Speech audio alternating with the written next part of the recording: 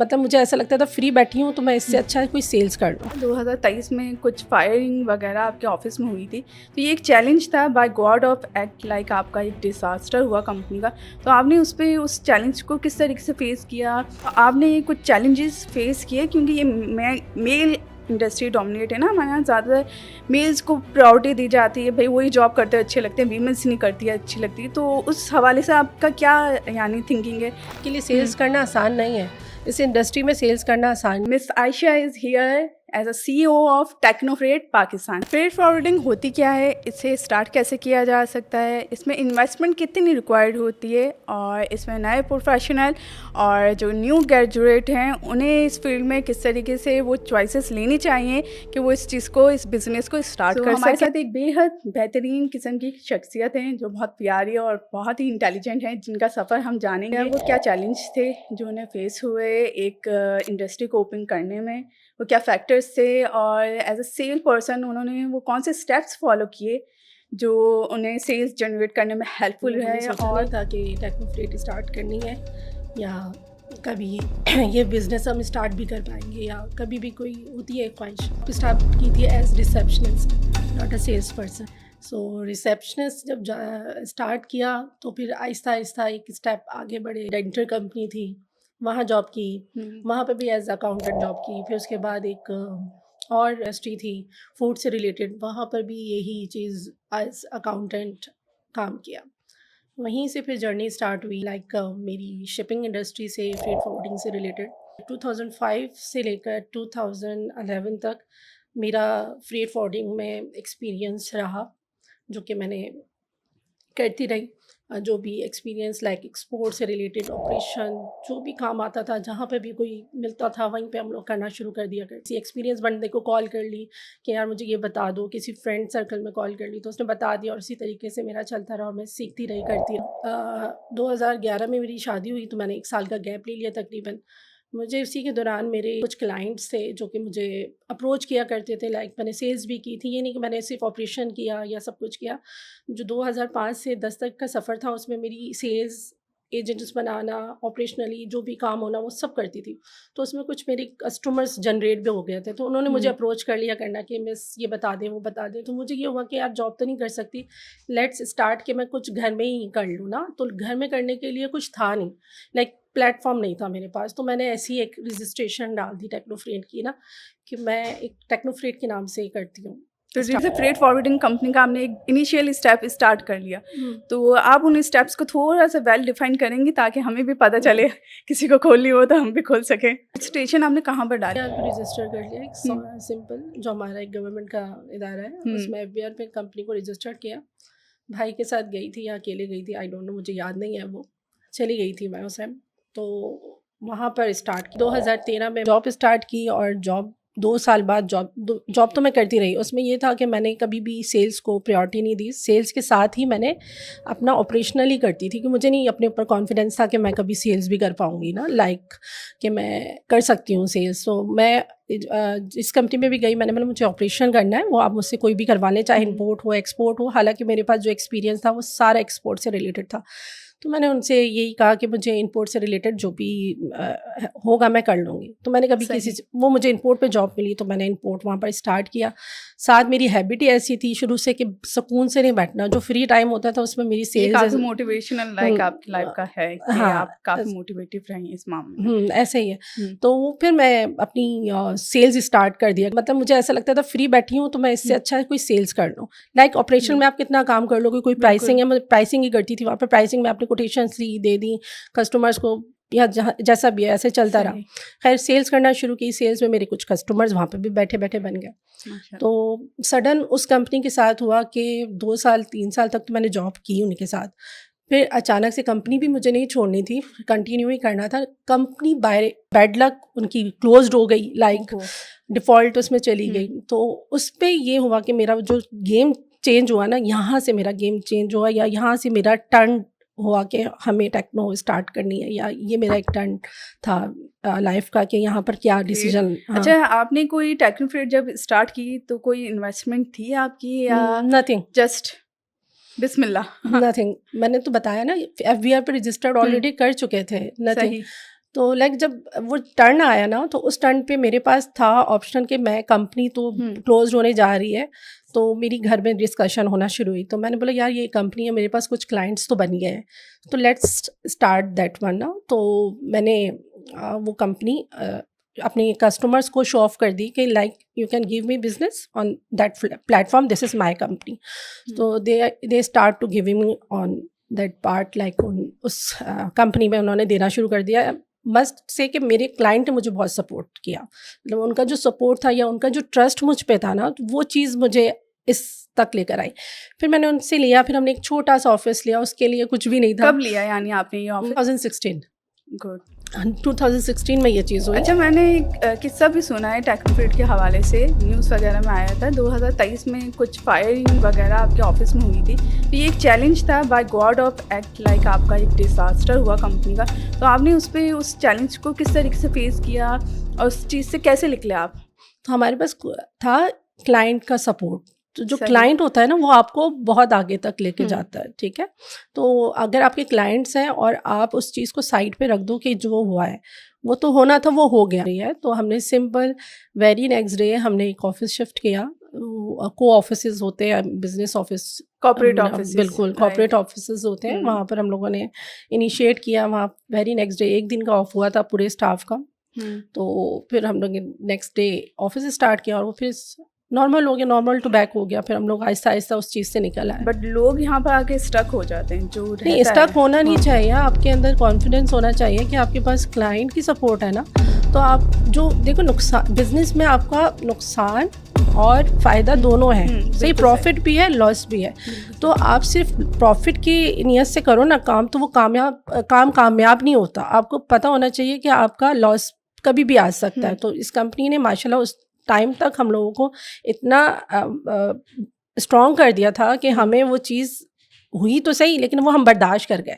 आपने जो as a women इस इंडस्ट्री में पार्टिसिपेट किया, अपना बिजनेस स्टार्ट करने का सोचा और एज अ जॉब भी आपने की, तो आपने कुछ चैलेंजेस फेस किए? क्योंकि ये मेल इंडस्ट्री डोमिनेट है ना, हमारे यहाँ ज़्यादातर मेल्स को प्रायोरिटी दी जाती है, भाई वही जॉब करते हैं अच्छे लगते हैं, वीमेंस नहीं करती है अच्छी लगती है। तो उस हवाले से आपका क्या यानी थिंकिंग है कि आपको किस तरीके से करना चाहिए और किस तरीके से अपनी बात रखनी चाहिए? फॉर वुमेंस ये इंडस्ट्री, मतलब वुमेंस के लिए ये बहुत चैलेंजिंग है यहाँ पर इस इंडस्ट्री में सर्वाइव करना, सेल्स करना और बिटवीन काम करना। मैंने ये सब चीज़ें फ़ेस की हैं और बहुत अच्छे से फ़ेस की हैं। जब जॉब करते थे तो स्टाफ को फ़ेस करना, लाइक बॉसेस को फ़ेस करना, और अगर आपके इर्द गिर्द कुछ लोग ऐसे मिल जाएं जो कि आपको नियतन आपको किसी और नज़र से देखेंगे, तो आपके लिए वहाँ पर सर्वाइव करना बहुत मुश्किल होता है। और मुझे जैसे लड़की के लिए तो टफ था। आई डोंट नो, मुझसे बोल्ड लड़कियां होती होंगी है, और हमारी एडमिन्स हैं जो कि अभी स्टिल जॉब कर रही हैं या उनका आगे नहीं है, लेकिन मुझ जैसी लड़की नहीं फेस कर सकती ये सब चीज़ें। खैर हमने वो भी फेस किया, वो एक टाइम था, वो फेस किया। उसके बाद जब कंपनी स्टार्ट हुई या कंपनी में आए, तो फिर उसमें भी बहुत सारे चैलेंजेस हैं। आप जब सेल्स कर रहे होते हैं, वुमेंस एज सेल जाती है, तो भी बहुत चैलेंजेस है, क्योंकि सामने वाला आपको किस तरीके से ले रहा है, क्योंकि हम एक दूसरे को सपोर्ट नहीं करना चाहते। हाँ, यहाँ पर जो मेल्स है ना, वो आपको बहुत कम होते हैं कि आपको सपोर्ट कर देंगे इन द गुड वे, ठीक है। और नॉर्मली आपको जो लिया जाता है वो ऐसे लिया जाता है जैसे कि पता नहीं आप क्या कर रहे हो, या आपको गलत वे में ले जाएंगे, फ्रेंडशिप के वे में ले जाएंगे। तो ये खुद में कॉन्फिडेंट होना चाहिए कि आपने सामने वाले को ट्रीट कैसे करना है, आपने दोबारा जान, क्योंकि हर रिस्पेक्ट कैसे करवानी है, बिल्कुल आप खुद बताते हैं, सामने वाला आपकी रिस्पेक्ट कर रहे हैं। हाँ, ये आपको पता होना चाहिए आपकी रिस्पेक्ट कहाँ है और आपको रिस्पेक्ट कैसे करवानी है। ऐसे लाइक आपको 5 उंगलियां बराबर नहीं होती ना, बिल्कुल। तो इसी तरीके से इंडस्ट्री में भी हर कोई एक जैसा नहीं है। जहाँ बिल्कुल, हाँ लोग बुरे हैं, वहाँ पर लोग अच्छे भी हैं। माइट भी परसेंटेज जो ज़्यादा और कम हो सकती है, बैड और गुड में हो सकता है 80-20 का रेशो है, लेकिन 20% लोगों को आपने तलाश करना कि वो लोग कौन है जिनसे आप काम ले सकते हो या करवा सकते हो। मुझे ये बताएं कि वो सेल्स करने के वो कौन से स्टेप्स होंगे जो हम फॉलो कर सकते हैं सेल जनरेट करने के लिए? काफ़ी टफ टारगेट रहता है हमारी इंडस्ट्री में, इसमें काफ़ी प्रेशर भी रहता है। बिल्कुल ऐसा ही, सेल्स एज करना और कस्टमर्स को अप्रोच करना इज़ अनदर थिंग कि हमें किस तरीके से करना है। आपके पास कुछ ट्रिक्स होने चाहिए, आपको पता होना चाहिए कि यार मेरे पास ये इंडस्ट्रीज़ है। हमारी इंपोर्ट और एक्सपोर्ट इंडस्ट्री बहुत सारी है, जिसमें आपके ऑटो पार्ट्स आ जाते हैं, फार्मा आ जाती है, इसी तरीके से टेक्सटाइल आ जाता है, तो इनमें भी वर्सटाइल है। यानी फर्स्ट स्टेप आप इंडस्ट्री स्पेसिफिक करें अपनी, हाँ, कि इंडस्ट्री कौन सी है जिस पे आपने काम करना है। 10 लोग मना करेंगे, आप दिन में लाइक अगर आप कस्टमर की डिटेल निकालें, उस इंडस्ट्री से रिलेटेड जितनी भी कंपनीज हैं, सेकंड स्टेप में आपने उनकी डिटेल्स निकालनी है और आपने फिर उन्हें पुश करना है, लाइक अप्रोच करना है कि आपको वो काम दें। हाँ, ऐसे? बिल्कुल हाँ? बिल्कुल फॉलो अप करना है, आपका फॉलो अप स्ट्रांग होना चाहिए। हो जाए लाइक फॉलो हाँ, अप का आपका क्या शुरू- क्राइटेरिया होना चाहिए कि आपने डेली बेस पे करना है या आपने वीकली और मंथली करना, अप्रोच करके आप वाकई में कस्टमर ग्रैब कर सकें। नॉट डेली बेसिस, आप आगे वाला आपसे क्योंकि कुछ होते हैं कि लोग चिढ़ जाएगा, हाँ। वो आपसे आपको काम नहीं देगा, आपसे बिल्कुल। हाँ आपको आपका फ़ोन अटेंड नहीं करेगा। डेली बेसिस मैं नहीं रेकमेंड करती कि आप डेली बेसिस पे करें। आपको पता होना चाहिए किस कस्टमर ने आपको पॉजिटिव रिस्पांस दिया है, who want to be your customer. अगर वो कोई ऐसा कस्टमर है जो आपको चाह रहा है कि मैं आपसे काम करूं, वो खुद आपको बताएगा कि आप इस टाइम पे, अभी तक ऐसे कस्टमर जो हम जिनको वो साल तक अप्रोच कर रहे होते हैं, तब भी वो नहीं आते हैं, उनको लेकर आना बड़ा मुश्किल होता है। कंपनी किस स्टैंडर्ड की है, तो वहाँ पर जो बैठा हुआ बंदा है, वो जो बात कर रहा है वो ठीक भी कर रहा है, तो वो आपको उसको कैप्चर करना है या उसकी वो रिक्वायरमेंट्स पूरी करनी है। फिर आहिस्ता आहिस्ता आप क्लाइंट बनाते हो। कुछ ऐसे होते हैं कि आपको एक दिन में रिस्पांस करते हैं और सेकंड डे शिपमेंट देना शुरू कर देते हैं या आपको काम देना ये शुरू यानी कर बाय लक कह सकते ये हैं। बाय लक है यानी आपका। अगर मैं कहूँ तो 3 स्टेप्स पे ये बात होती है। लाइक फर्स्ट आपने इंडस्ट्री स्पेसिफिक कर ली, सेकंड आपने उस इंडस्ट्री के क्लाइंट्स को निकाला, उन कंपनीज को निकाला, उनका डेटा निकाला, उनकी रिसर्च की और उन्हें अप्रोच करना स्टार्ट बिल्कुल किया, ऐसे ही है। और देन उनका फॉलो बिल्कुल अप ऐसे इज द मेन की। एज अ फ्रेट फॉरवर्डिंग हम लोग जो है इंटरनेशनल लेवल पर काम कर रहे होते हैं, तो एजेंट टू एजेंट आपका जो कोलैबोरेशन रहता है वो किस तरीके से रहता है? क्योंकि मैंने काफ़ी सुना है कि एजेंट टू एजेंट काफ़ी प्रॉब्लम फेस रहती हैं, ट्रस्ट इशू काफ़ी रहते हैं, तो उस हवाले से आपका क्या यानी क्राइटेरिया, आप उस चीज़ को कैसे डील करती हैं, इस चैलेंज को, कि एजेंट आप पर ट्रस्ट करते हैं या नहीं, और अगर करते हैं तो आपने किस तरीके से अपनी कंपनी का नाम बनाया है कि आज वो आप पर ट्रस्ट करते हैं और लोग आपको वाकई में काम देते हैं? तो लाइक ऐसे कैसे बनता है? इंटरनेशनली ट्रस्ट करना थोड़ा सा मुश्किल होता है। हाँ, हमारी इंडस्ट्री में भी कुछ मेंबर नेटवर्क्स हैं जिनके हमें मेंबर बनना पड़ता है। इवन हम उसके मेंबर भी बन जाए तो हम पाकिस्तानीज ऐसी कौम है कि हमने अपने ट्रस्ट खोए हुए हैं, ठीक है। ये तो आपको उस पर भी आपको क्रेडिट्स नहीं मिल रहे होते हैं। तो मेन मेरा सब के लिए है, जो भी सुन रहे हो इंडस्ट्री से रिलेटेड, कि अपने अगर हम इंटरनेशनली काम कर रहे हैं तो उसमें अपना ट्रस्ट बनाएं। अगर आपने कोई कमिटमेंट की है तो उसके अकॉर्डिंग दें। हाँ, देर सवेर हो जाती है हर चीज़ में, हम भी हैं, हमारी भी रेमिटेंसेस में देर होती है या हम डिले करते हैं, लेकिन ये नहीं है कि हमने बस लिए के साइड पे बैठ गए और कंपनी क्लोज कर दी और नहीं दे रहे। अगर आपने उस चीज़ से अर्न किया तो आपका राइट बनता है या आपके ऊपर ये है कि आप उसको पेमेंट उसकी कर दें, ताकि वो हमारी कंट्री के ऊपर और लोगों पर ट्रस्ट करें। तो ऐसे लोग आपको चाइना में ऐसे लोग मिलेंगे जिनके ऊपर आप ट्रस्ट, तो आप तो दे दोगे उसको काम, लेकिन वो ब्लैकमेल करके फिर आपके साथ भी प्ले आउट करेगा। तो ऐसा कोई सिनेरियो हुआ है आपकी कंपनी में? हाँ, आपने कभी कुछ ऐसे फेस किए? स्टार्टिंग में ऐसे कुछ हुई थी चीज़ें कि जिसने लाइक कि हमने एक कंटेनर किया था, नेटवर्क के हिस्सा नहीं थे, तो उसने एक हम लोगों ने एक पेमेंट करनी थी फ्रेट की, तो लाइक उसने पहले तो कहा कि हाँ ठीक है आप कर देना, लेकिन जब करने की बारी आई या टेलिक्स रिलीज़ की या जो भी है उसका आगे का सिलसिला चला, तो उसने ब्लैकमेलिंग शुरू की। लाइक उसने 600 की इनवाइस को 1600 पर ला के ख़त्म किया। यानी अच्छा खासा ट्वाइस टाइम लॉस दे दिया उसने। आप अपने आप को ठीक करें ना, आप तो ना करें। सिंसियरिटी मैटर करती है। हाँ, आपने अगर अपनी कंपनी रन करनी है या अपने आप को लेकर जाना है किसी ऐसी जगह, तो फिर आप अपने आप को सेट करें। सिंसियर आपने खुद के साथ होना है ना। वैलिड पॉइंट है। अगर हम सब सिंसियर हो जाए अपने साथ और अपना काम सिंसियरिटी के साथ करें, तो आई थिंक कि दुनिया थोड़ी बहुत चेंज हो सकती है। फिल्म में है ना कि थैंक यू ना बोलें, थैंक यू के बदले लाइक आप 4 लोगों की 3 लोगों की मदद कर दें। तो दिस इज़ व्हाट कि आप सिंसियरिटी दिखा लें, आप धीरे धीरे सिंसियरिटी दिखाने लगें, तो शायद ही वर्ल्ड कहीं जाके चेंज हो जाए अगर सब ऐसा करने लगे। बिल्कुल ऐसे ही। हमारे यहाँ जो एजुकेटेड लोग आ रहे हैं, ग्रेजुएटेड बच्चे इंटर करके जो आ रहे हैं, उनका क्या स्कोप आपको लग रहा है? इवन तो कुछ लोग पीफा फियाटा करके आते हैं, तो उनकी रियल लाइफ और एजुकेशन लाइफ में कोई आपको डिफरेंस दिखता है, या वो क्या पॉइंट्स हैं कि जिसकी वजह से वो चैलेंज फेस कर लेते हैं कि वो आगे जॉब में कंटिन्यू नहीं कर पाते, या फिर जॉब में उस चीज़ को पिक नहीं कर पाते कि वो उस जॉब को कर सकें? क्योंकि कुछ बच्चों को मैंने बहुत फेलियर देखा है, लाइक कि वो उस जॉब को पिक नहीं कर पाते क्योंकि पढ़ के कुछ और आए होते हैं, तो रियलिटी में कुछ और होती हैं चीज़ें, और वो वेरी करता है, कोलैप करती हैं चीज़ें। तो उन चीज़ों को किस तरीके से एक स्टूडेंट, एक कैंडिडेट फेस करे, या उन चीज़ों से किस तरीके से खुद को निकाले? लाइक आप ये पूछ रही हैं कि जिसने इसी इंडस्ट्री को पढ़ा हो उसके लिए ये फेस करना मुश्किल है या ओवरऑल अब बात कर लेते हैं हम इस पर, कोई बात नहीं, इंडस्ट्री के हवाले से भी, क्योंकि इंडस्ट्री में हम पढ़ के आए, इस इंडस्ट्री को आए, तो प्रैक्टिकल लाइफ में तो बिल्कुल इंटायरली डिफरेंट सिनेरियोज दिखते हैं हमें। डिफरेंट होता है, तो लेकिन थोड़ा ये hard हो मुश्किल नहीं जाता होता है। उसके लिए। हमने इस इंडस्ट्री के बारे में अलिफ भी नहीं पढ़ा था, हमें तो पता ही नहीं था, इंटर किया आपका हुआ तो इंटरेस्ट था, कुछ बच्चों का इंटरेस्ट नहीं, होता इंटरेस्ट ना। नहीं था।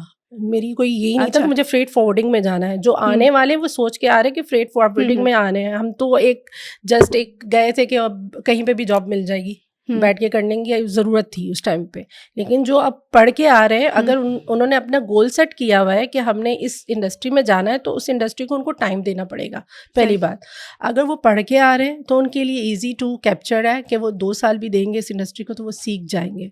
अगर वो विदाउट एजुकेशन आ रहे हैं तो भी उनको 2-3 साल देने पड़ेंगे। ऐसे नहीं कि आप आओ और अगले दिन आप बोलो, ये आपके अंदर होना चाहिए कि आप कितना सीख सकते हो। अब हमने अपनी जिस टाइम फर्स्ट टाइम आए थे इस इंडस्ट्री में, उस टाइम पे तो बहुत चीज़ें हुई, लेकिन जब मैं एक्चुअली इस इंडस्ट्री को समझी और एक जगह जाके बैठी कि मुझे यहाँ पर कंटिन्यू करना है, तो मुझे सिर्फ 1 वीक लगा था कि मैंने सीख लिया था वो अपना जॉब।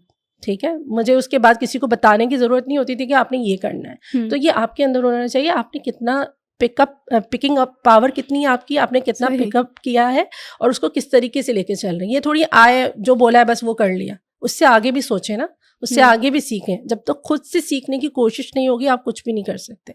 तो आप अगर पढ़ के आए, उसके लिए थोड़ा लिटिल बिट आसान होता है कि वो पढ़ा हुआ है, थोड़ा सा अपोजिट लगेगा, लेकिन आहिस्ता आहिस्ता आपको वो चीज़ें समझने लगेगी कि यार ये ऐसे करना है, ये ऐसे करना, अच्छा ये चीज़ है। लेकिन जब इंसान डिपेंडेंट हो जाता है, लाइक अब मैंने सीखा हुआ है, मैंने पढ़ा हुआ है, सब कुछ किया हुआ है, अब मैं डिपेंडेंट हूँ सीनियर के ऊपर कि यार मुझे बता दो इसके बाद क्या रिप्लाई करना है। ये थोड़ी है, आप खुद से कोशिश करो, उस खुद से कोशिश में आप सीख जाओगे। और ये नहीं कि गलती नहीं कर सकते, आपके पास गलती नहीं करोगे तो सीखोगे कैसे? तो आप अपने अंदर ये कॉन्फिडेंट ले आओ कि आपने ये करना है, ये सीखना है, तो फिर आप सीख सकते हो और कर सकते हो, क्यों नहीं कर सकते। अच्छा, हमारी इंडस्ट्री में कुछ कैंडिडेट्स को मैंने ऑब्जर्व किया है, इस इंडस्ट्री में क्या होता है कि कैंडिडेट्स आते हैं और विद इन 2 and 3 months फ़ौरन जॉब स्विच करते हैं। तो वो उनके बिहाइंड माइंड में क्या रीज़न चल रहे होते हैं कि वो इस तरीके से करते हैं? उन्हें मैंने कामयाब भी नहीं देखा कि कहीं पर जाके वो कामयाब हो रहे हो, वैसे ही भटकते रहते हैं। तो व्हाट्स द रीज़न बिहाइंड कि वो क्यों नहीं कर पाते खुद को आगे बाकी लोगों की तरह कामयाब? गोल सेट नहीं है उनका काम सीखना पैशन नहीं है। ठीक है, उनका पैशन है कि हम बस लाइक उनका पैशन है ही नहीं ना, या उनका गोल है ही नहीं, उनका कोई एम है ही नहीं। वो लाइक सिर्फ अपनी घर की ज़रूरियात को पूरे करने आए और उन्हें वही करना है। लाइक उनको कहीं 2000 भी ऊपर मिलेगा तो they can switch to there, because money is important आपके लिए। आजकल के दौर में तो आपको पैसे के बगैर तो आप नहीं चल सकते हो। बिल्कुल आप कर सकते हो, लेकिन आप अपने आप को इतना कर लो कि आप आगे जाओ तो 2 साल तो दो, एक कंपनी को 2 साल 3 साल तो दो। आप जब सीख जाओगे तो कल को आप भी पोजीशन में होगे कि आप अपना कुछ कर सकते हो, या अपना काम सीख सकते हो, कर सकते हो, ला सकते हो। कुछ सीखो तो सही। जब आप सीखोगे नहीं, स्विच करोगे 1 महीने में, यहाँ आपको एक डिपार्टमेंट, क्योंकि फ्रेट फॉरवर्डिंग में एक डिपार्टमेंट नहीं है, मल्टीपल डिपार्ट्स है, मल्टीपल काम है, एक चीज़ नहीं है। ऑपरेशनली है, कस्टमर सर्विस है, सेल्स है, बहुत सारी चीज़ें हैं। आप अंदर आएंगे तो आपको पता चलेगा क्या, आपको एक एक डिपार्ट सीखना पड़ेगा, समझना पड़ेगा, फिर जाके आप कुछ एक ये भी रीज़न है कि आप बिजनेस स्टार्ट इस तरीके से हर डिपार्ट्स की अंडरस्टैंडिंग ले लें तो आप उसमें आपको हेल्पफुल कर लेते हैं। हाँ बिल्कुल ऐसे ही बिजनेस स्टार्टअप में। ठीक है। अच्छा, मुझे एक चीज़ ये बताएं कि एज अ सेल पर्सन आपने, लाइक हमारी कंपनीज में क्या होता है कि कुछ कस्टमर्स होते हैं कि डिफ़ॉल्ट कर जाते हैं, पेमेंट नहीं करते हैं। अब एज अ सेल पर्सन क्या यानी वो चैलेंज फेस करता है और उस सिचुएशन से वो किस तरीके से खुद को बाहर निकाल सकता है, या कंपनीज को कुछ ऐसा करना चाहिए कि वो उनके साथ लाइक उन्हें इस मुश्किल से निकालें, या फिर वो खुद ही खुद को निकालने की कोशिश करता है? वो क्या चीज़ें होनी चाहिए कि आप निकल सकें, सेल पर्सन को वो सपोर्ट मिल सके, वो समझ सके? पहले तो आपने घबराना नहीं है। इमरान खान घबराना नहीं है। हाँ, पहले घबराना नहीं, कोई भी सिचुएशन होती है ना उससे घबराना नहीं चाहिए, सही। उसको फेस करना चाहिए। बिल्कुल। जब आप फेस कर लेते हो ना तो हम्म, आपके लिए खुद ब खुद चीज़ें ईजी हो जाती हैं। आप उस चीज़ को बैठ के फेस करो। अगर आप एज सेल पर्सन हो और कुछ ऐसा हो गया है हम्म, आपसे कि आपका कस्टमर या आपका कंपनी आपसे आपको बोल रही है या प्रेशराइज कर रही है किसी पेमेंट के हवाले से, कस्टमर चला गया और कंपनी ने आपको पकड़ लिया, नहीं यार आपने पेमेंट करवा के देनी है, तो आपने उधर से स्विच नहीं करना। अपनी पर्सनैलिटी है ना उसको ख़राब नहीं करना, या अपने वर्क का जो स्टाइल है उसको खराब करेक्ट है, यानी आपने जो बिल्ड कर लिया अपने हाँ, इंडस्ट्री। वहाँ पर हमारे साथ भी ऐसा हुआ है। कितने ऐसे कस्टमर जिन्होंने पेमेंट्स आज तक नहीं दी, लेकिन उनकी पेमेंट्स हम भर के आए। क्यों? इसलिए कि अपने आप को मनवाना है ना इंडस्ट्री के अंदर। अगर आप किसी कंपनी के साथ सिंसियर हो, कंपनी खुद ब खुद आपके साथ सिंसियर हो जाएगी। सही। तो अगर आपका कोई कस्टमर है वो नहीं दे रहा पेमेंट, तो आप वहीं पे स्टे करो, 2 और कस्टमर बना लोगे, खुद प्रॉफिट जनरेट होगा, तो कंपनी खुद ही आपको वहाँ से थोड़ा सा कंपलसेट कर देगी, या कंपनी सपोर्ट कर देगी, या आप कंपनी में खुद खड़े होके, अगर नहीं करी तो आप खुद खड़े होके बोलो सर मैंने ये कस्टमर्स बनाए, मेरे कस्टमर ने ऐसा किया है, तो आप मुझे यहाँ सपोर्ट करें। कंपनी क्यों नहीं सपोर्ट करेंगी? जो यहाँ पर ऐसा नहीं है, हर इंडस्ट्री में आपके पास मतलब ऐसे बॉसेस बैठे हुए हैं जो कि आपको सपोर्ट ना करें। बहुत ऐसे मुझे भी बहुत सारे बॉसेस मिले हैं जिन्होंने मुझे सपोर्ट किया है। उसमें तारिक सर है मेरे बहुत फेवरेट, एंड राफे सर जिन्होंने मेरी शादी पे मेरे लिए बहुत सपोर्ट किया। तो आपकी इंडस्ट्री में आपके बहुत वेल विशर्स एंड बहुत सारे ऐसे लोग हैं जो आपको आपके टाइम पे बहुत सपोर्ट करते हैं, तो आपको उनको नहीं भूलना चाहिए और उनके साथ सिंसियर रहना चाहिए। So miss Ayesha, what is freight forwarding basically? Freight means like seller to consumer, जो कार्गो मूवमेंट होती है। यस कुछ भी है उसका यहाँ कंज्यूमर के सेलर के पास से कंज्यूमर तक का लाने का जो किराया है, like it is called freight, right? सही। उसमें यानी वो जो कार्गो की मूवमेंट होती है, बिल्कुल जो आप फ्रेट पे करते हैं, जो पे करते हो फ्रेट। angles हाँ, yes. And forwarding you can give services between that and like one place to another place, right. like this is called the freight forwarding, a bridge between shipper and line and customer.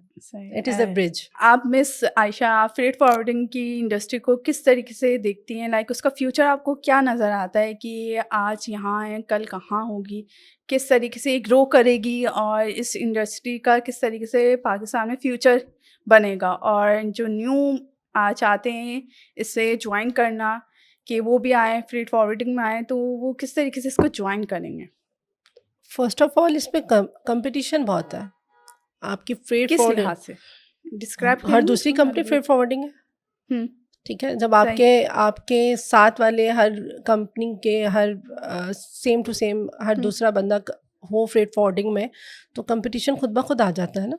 Clients के पास आप multiple choices आ जाती हैं। बिल्कुल, choice monopoly market में। हाँ, बिल्कुल ऐसे ही है। वो चॉइसेस जब ओपन हो जाते हैं तो आपका कस्टमर वो भी डिवाइड हो जाता है। जो कस्टमर चाहता है कि मैं सबको सपोर्ट करूं, वो फिर सबको सपोर्ट करता है। तो जो कस्टमर अपॉर्चुनिटी, बिल्कुल, और जो नहीं चाहते, जो फेवरेटिज्म में है, या जिनकी PRs हैं, या जिनकी सेटिंग्स हैं, फिर वो वहीं पे रहते जहाँ है।